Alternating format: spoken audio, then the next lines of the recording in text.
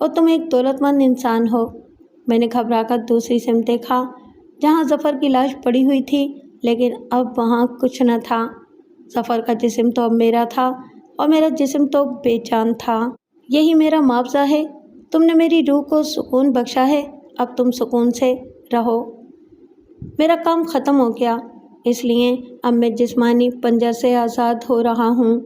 انجم کی اور اپنی لاشوں کو اپنے ملازموں سے ٹھکانے لگوا دو، وہ ان کاموں میں ماہر ہیں، کسی کو پتہ بھی نہ چل سکے گا، اور اس کے بعد تمہارے اختیار میں ہے، جس طرح چاہو زندگی گزارو، خدا حافظ۔ اس نے آخری الفاظ کہے اور میں نے دیکھا کہ انجم کی آنکھیں بند ہونے لگیں اور پھر اس کا بے جان جسم ایک طرف لڑک گیا۔ خوابگاہ کا دروازہ کھلا اور بند ہو گیا، اور اب کمرے میں 2 لاشیں پڑی ہوئی تھیں، ایک میری لاش اور دوسری انجم کی۔ تو جناب، میں ظفر ابراہیم ہوں، لیکن اصل میں میرا نام شیر محمد عرف شیرو ہے۔ میرے آدمیوں نے ان دونوں لاشوں کو نہایت خوبی سے ٹھکانے لگا دیا تھا۔ کافی دن تک میری کیفیت پاگلوں کی سی رہی، میں ذہنی طور پر یہ زندگی قبول نہیں کر پا رہا تھا، لیکن کب تک؟ آئی ہوئی دولت کو کون ٹھکرا سکتا ہے؟ میں نے اپنی رجو کے لیے بھی بہترین رشتہ تلاش کیا اور اسے اتنا دیا کہ وہ عیش سے زندگی گزار رہی ہے، لیکن اسے آج تک نہیں معلوم کہ میں اس پر کیوں مہربان ہو گیا ہوں اور کون ہوں۔ لیکن وہ مجھے بڑی چاہت سے بھیا کہتی ہے اور کبھی کبھی اپنے شوہر کے ساتھ کار میں بیٹھ کر آ جاتی ہے۔ اور ہاں، ایک دلچسپ بات اور، اخبارات سے مجھے معلوم ہوا تھا کہ جیل سے مفرور سزائے موت کے قیدی شیرو کی لاش پولیس کو کسی گندے نالے سے مل گئی تھی۔ اس کے ساتھ ایک لڑکی کی لاش بھی تھی جسے شاید اسی نے قتل کیا تھا۔ بہرحال میں ظفر ابراہیم ہوں، شیرو نہیں۔ لیکن کیا آپ مجھے شیرو ثابت کر سکتے ہیں؟